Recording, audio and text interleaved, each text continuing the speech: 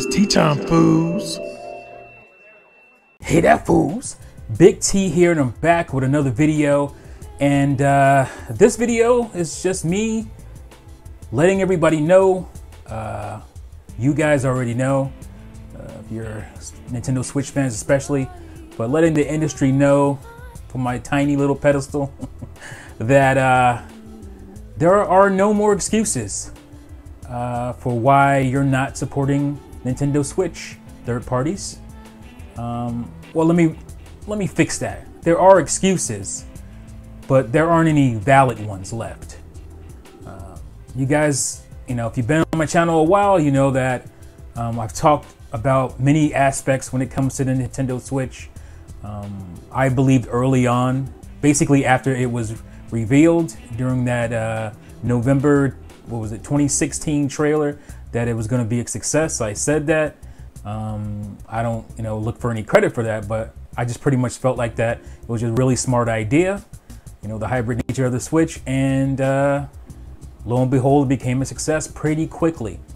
For the most part, it made a little bit of sense, especially for that first year, to not be ready. Some companies regretted that. I believe Bandai Namco talked about how they were, wish they were ready for the Switch's success. They just didn't know how it would blow up. I'm not sure Nintendo knew how much it would be a success. I think they've talked about that. But, so that first year and a half even, it was okay to not be sure, especially after coming off the lackluster outing of the Wii U as far as the commercial sales go. It was somewhat understandable. Now, a lot of people were there, especially not third parties, but yeah, I guess they are third parties, especially indie companies. A lot of them were there, and they really benefited, and they continue to benefit from that foresight. But some of the bigger companies, not so much. But there were some there.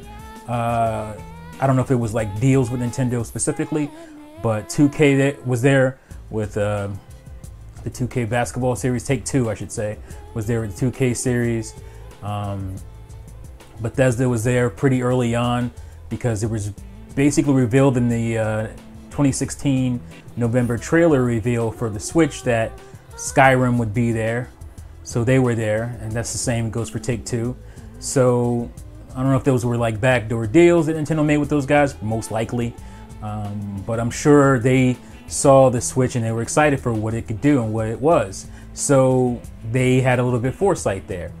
And even if you make deals, the deals may not fall through if you don't believe in the product. And so these guys believed in the product. Bethesda, especially because they haven't really supported a Nintendo console ever. I don't remember a Bethesda game being published on Nintendo. Maybe somewhere in the GameCube they dropped one, but I'm not sure about that.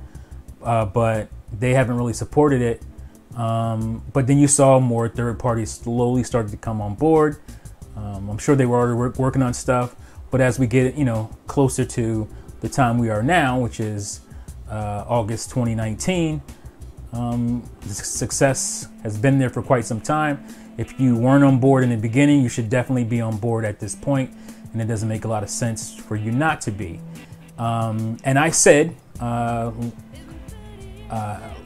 not too much into the first year of the Switch, that I believe the power was not the issue. I believe the Switch was plenty powerful enough to bring over these third-party games.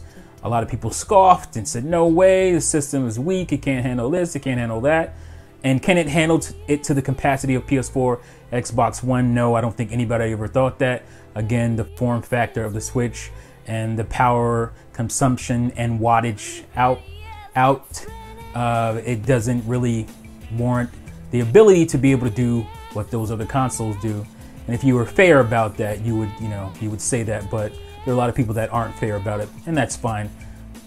They can whine about these things all they want. Switch is success, so keep whining. I don't know. But like I said, I believe early on that the Switch was powerful enough to handle these games. I think the one main issue it might have had is the storage media, which is the cartridge medium. So cartridges are somewhat expensive once you get up to the higher tiers of capacity, and that was going to be a problem, and it continues to be a problem here and there.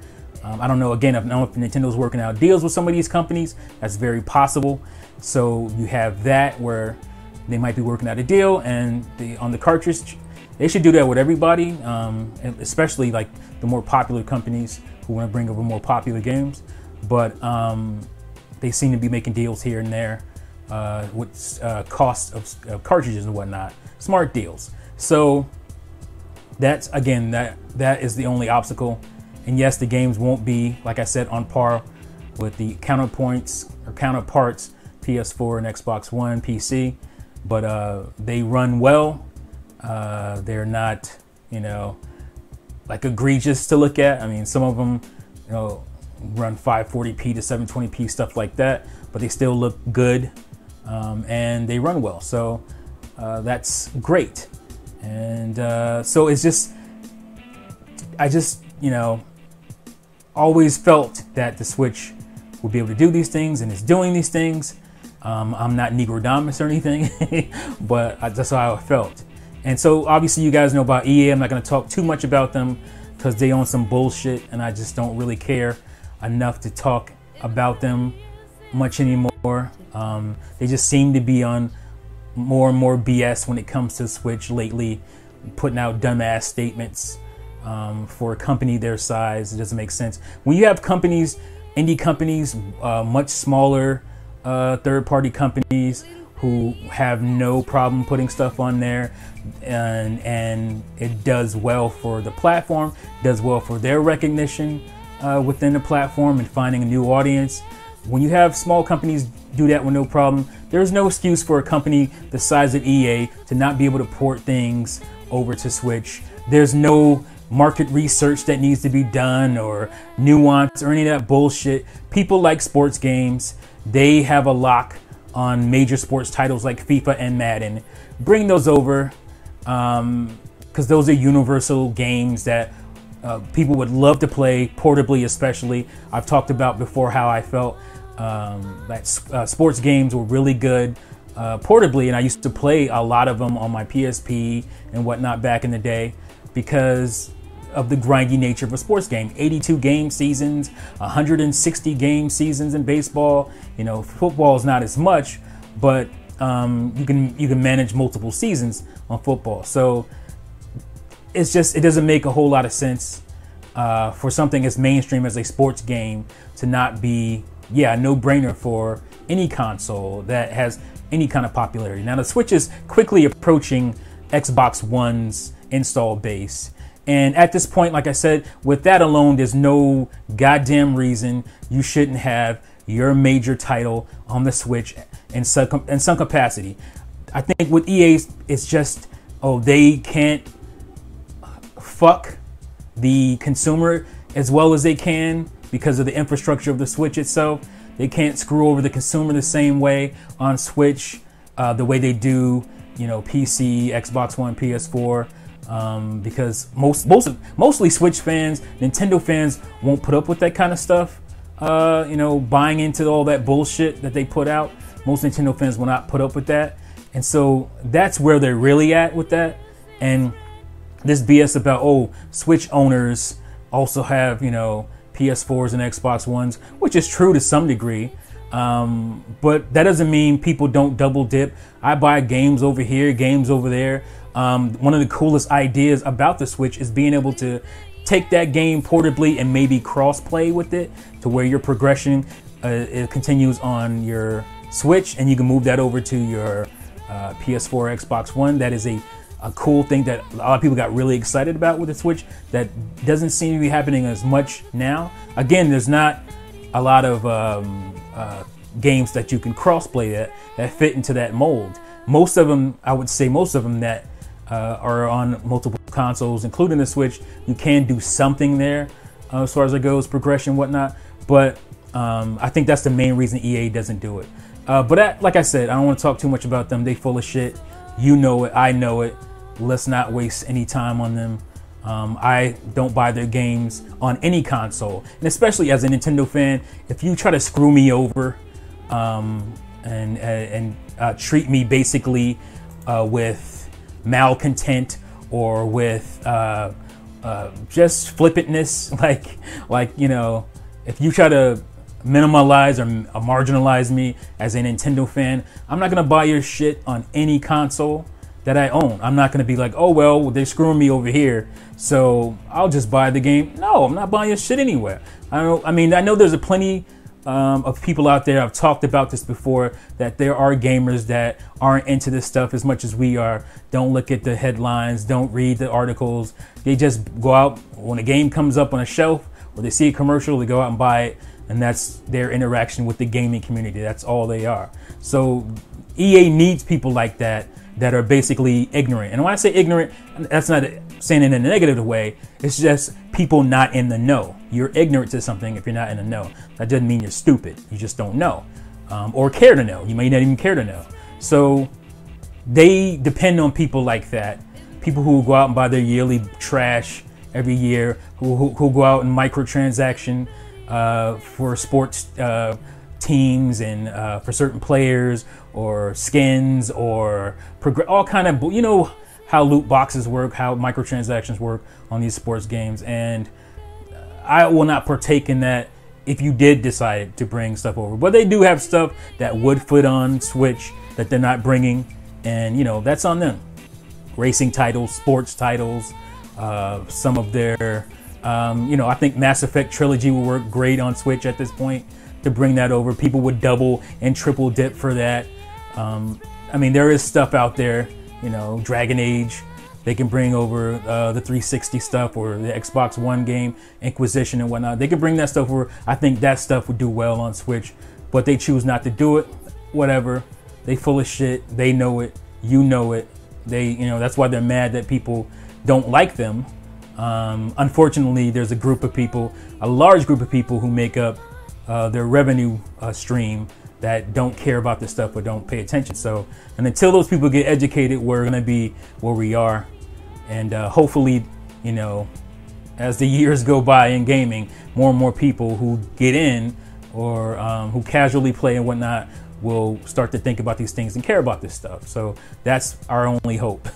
Really, that really is our only hope. Or the government steps in on this microtransaction stuff like they do over on the other side of the pond. And, you know, they won't have these strangleholds they have. So, like I said, it doesn't make sense at this point if you're not supporting the Switch, because, again, it's approaching 40 million install base. It's only going to go crazy once the Switch Lite comes out and Pokemon pushes the Switch Lite and the base Switch. And, you know, we have, you know, Luigi's Mansion. We have coming next March, we have Animal Crossing, which is another system seller. It's going to push sales. So it doesn't make sense at this point. You have no excuse. Again, if you're somewhere in some weird margin where you can't afford these cartridges, I would say try to work some kind of deal out with Nintendo. I feel like they're doing that. Look at The Witcher. I mean, they're putting The Witcher and all of its DLC content on a cartridge. It has to be a 32 gigabyte cartridge. So at this point, they have to be at least cheap enough to where you could do that, or they're making some kind of deals with these people. So, you know, like I said, there's no excuse at this point to not support Switch. If you're a somewhat, you know, decent sized company, and especially when you have these indie companies who can support Switch, who do support it, who do put out physical copies of their games. Not all of them do it, but they do. And then you have like Limited Run, who does their thing. And it's just a great ecosystem. And, you know, we're about, you know, this next console cycle, we're going to have physical still, but who knows if we're going to have that after this console cycle. So that's a scary thing to think about. But right now, the here and now, the Switch should have no problem bringing third-party companies to put games on here. There's no excuses, no valid excuses anyway. And if you're not doing it, you know, again, I can understand if you're a company on the margins and there's some nuance with the cartridge costs and all that stuff. But if you're a major company the size of an EA or an Activision, there's no damn excuse to not put your game out there and Switch. It's just, it has to be biased at this point. You have to be butthurt about something. And that's not really a way to run a business, being butthurt. And hopefully these investors of these companies be like, yo, stop being children and bring in the games. We invest in these companies. We want returns, and you're ignoring a 40 million installed base. Nonsense. So that's all I got to say about this topic, guys. Let me know what you think in the comments below. Do you agree, or do you feel like there is still too many obstacles on the Switch at this point? Let me know in the comments below. Thank you as always for watching and listening, and I'll see you fools next time. Peace out.